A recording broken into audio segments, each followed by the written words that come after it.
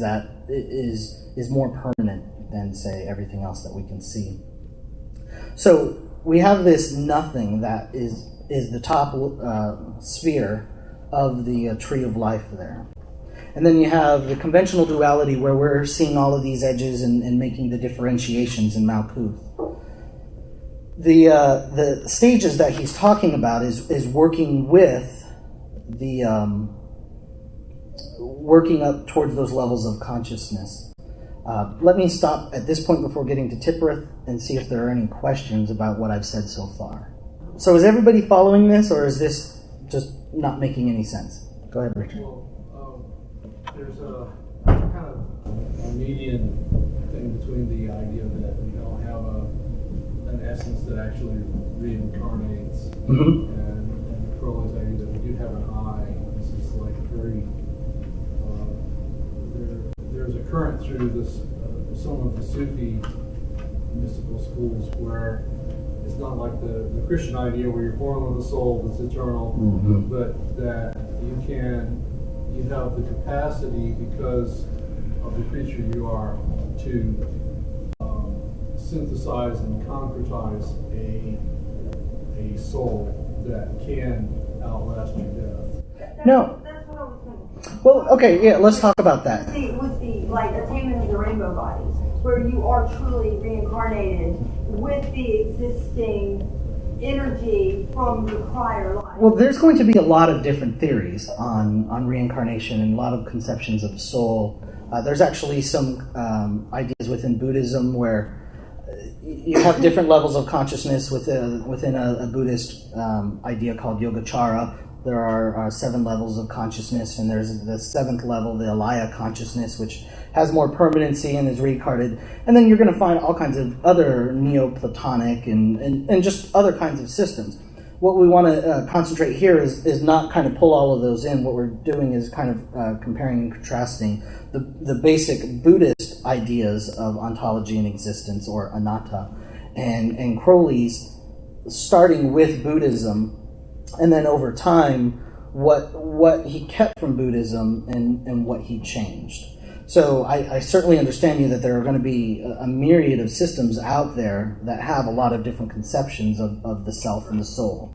But we could spend all night just talking about all of those different conceptions. And so what we want to do is kind of focus on these two to compare and contrast them. So what I want to make sure is that people understand where Buddhism's coming from, at least kind of an inkling of that. Shannon? Those are basic beliefs of the Buddhists. I don't have any. Okay, yeah, that's kind of a big thing, but to sum it up, Buddhists do not believe in any god. They don't believe in any supernatural higher being. They don't believe in any soul. They don't believe in anything. It has a permanency. They do believe in this cycle of rebirth, and they have these 6 realms that you can be reborn in, and one of the realms is humanity. The other realms are like the Deva realm, which is translated the God realm, and then the Sura, which is the fighting gods or the wrathful gods. Then you have the realm of the hungry ghosts, and then hell, and then the realm of animals. So the realm of the animals, the hungry ghosts, and the hell realm are considered the 3 negative realms of rebirth, and then the human, the Deva, and the Asura, the fighting deities or the demigods, are considered the positive realms of rebirth. The most positive, though, is considered the human realm, because we have consciousness within that realm and the ability to transcend and reach nirvana. The way that the Buddhists see it is the cycle of karma and samsara. You're stuck on this wheel because of karma, and it doesn't matter if because of your karma you're going up the wheel or you're coming down. If you're going up the wheel, you may be in chains of gold, and if you're coming down, you're in chains of iron. But the reality is you're still in chains. So the whole goal is to break those chains, to break the cycle of rebirth, and at death, instead of having all of these attachments and tendencies due to karma to cause you to be reborn in one of the realms, to have those attachments broke so that karma just ceases and you attain nirvana, which is extinguishedness.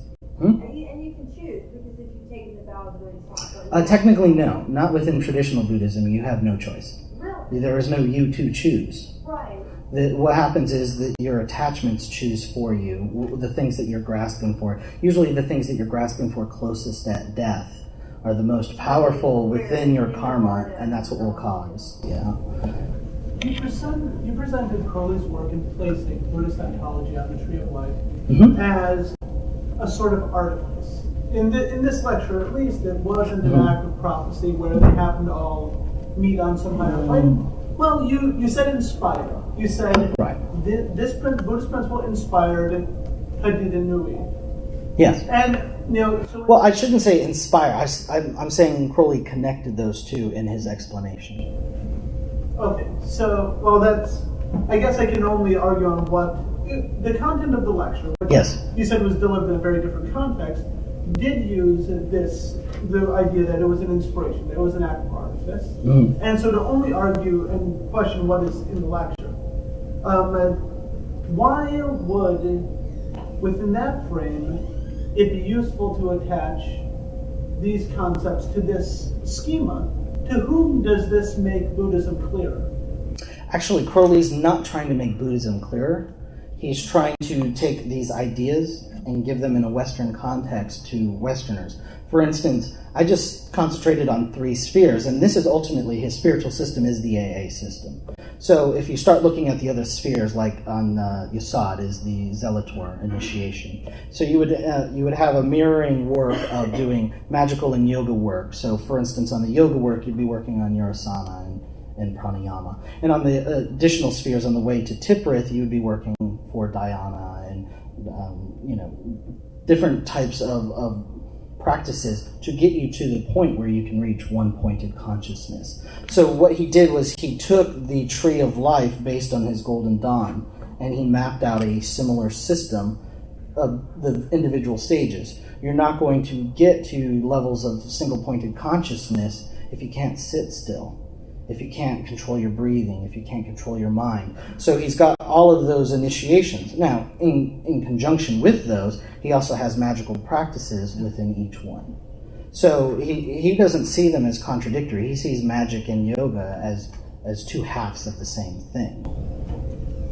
Does that make sense? It makes sense. Okay. Dan?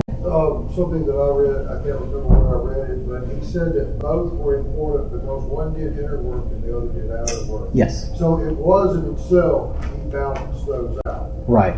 I also want to, in this question and answer part, I want to make a distinction between Buddhist kind of yoga work and Hindu kind of yoga work. They actually have very different goals. Within Hindu yoga work, you're trying to get to single points of concentration, and this is closer to what Crowley's working is doing for the samadhi.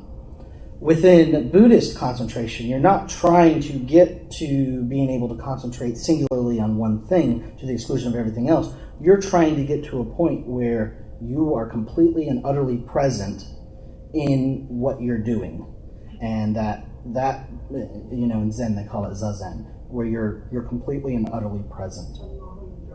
So that's kind of a big difference that they're going for. He learned his first yoga techniques from Oscar Eckenstein. Am I saying that correctly? I think so. So he learned those from him, then later studied with Bennett, and he ended up furthering his yogic practice, but ultimately for the techniques that he's trying to do within the AA system, he's closer to Eckenstein. And you can see that if you read his 8 lectures on yoga, he concentrates on a lot of the Hindu type practices. Okay, any other questions so far? Okay, so let's go and take a look at this conventional duality. So Crowley's saying this 2, not 1, and he's very clear about that. There's no such thing as unity, because you can't have 1. You can only have nothing, or you can have 2. Because if you have 1, you need something to differentiate that 1. And if you have edges to differentiate it, now you have 2. 1 and not 1. So, yes? Which very much mirrors the whole idea of quantum physics. Yes. Yes, absolutely. Quantum physics very much resonates with Buddhism and Taoism and a lot of these ideas, absolutely. So what's really important to understand here is you'll see a lot in the writings, especially of Akkad, where he talks about above the abyss understanding is a combination of self and selflessness and things like that. You know, if you have good, you're going to have evil. And so you get these polemics. But duality is also the differentiation of any one thing as another. And so we can start seeing that kind of discussion going on in Crowley's commentaries when you're looking at something like the verse of Nuit saying, you know, make no distinctions between one thing or another, thereby it becomes hurt. This is how Crowley's interpreting that kind of statement, as in, ultimately, if you accept duality, you're going to be operating on a false premise and cause a lot of problems. Okay, so that's why he gets in that, you know, within duality we specify, and he used the example of pork. So, you know, pork is, you know, sitting here on a plate in front of you. Well, I'm not going to eat the plate, so the plate is obviously not pork, and now I'm differentiating, that kind of thing. So does that make sense so far? Okay. So these ideas are really important because if you go and look at his commentaries to Liber All, or if you read Liber Aleph or Magic, he permeates these ideas in everything. And if you don't understand where he's coming from, even if you disagree with all of this, that's fine. But you need to understand this is the kind of stuff that he's talking about. And so I gave an example of that one thing. But this is the Magical and Philosophical Commentaries of the Book of the Law, a great book. I highly recommend it. But you can just go to any number of verses. This one is for then the priest answered and said unto the Queen of Space, kissing her lovely brows, etc., etc. He says, physical description at the onset of ecstasy refers to the actual facts at the period of receiving the knowledge. The attempt to resolve all into one is a philosophical blunder. It explains nothing, neither how one came to be, nor how two came to be. The only sound conception is that of zero not extended with a phrase of something, 0 to the 0 equals x, which answers both questions self-evident. The idea one is intelligible enough as a result of the resolution of two, but in itself it is meaningless because of the absence of any coordinates. So, or you could jump through here, and he talks about samadhi in this place, or here's something in chapter 2 where he's like, he is not extended, that is, without condition of any sort in the metaphysical sense. Only in the highest trances can the nature of these truths be realized. It is indeed a super-rational experience, not dissimilar to those characteristics of the star-sponge vision. And he just goes down, and he's talking about how Nuit and Hadith are these two that are ultimately in the nothing. So if you just go through all the commentaries, I mean, it's referred to dozens and dozens of times, and it's why it's a really important thing. The other thing is, a lot of people question whether or not it is still Crowley's ideas, because he wrote Bereshith, which is his essay on ontology, in 1902, when he was still a Buddhist. Notice it's 2 years before the reception of the Book of the Law, and many, many years before he really started working with the Book of the Law. But he writes in these commentaries in, let's see, what's the date on this one? This is written in around 1920.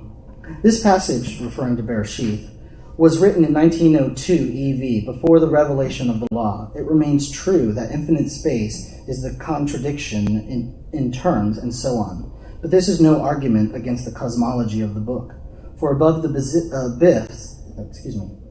abyss, every idea soever is necessarily a contradiction in terms. See Liber 418, which is the vision in the voice. For the demonstration of this, there is much more of these points in Liber Aleph and the Urn.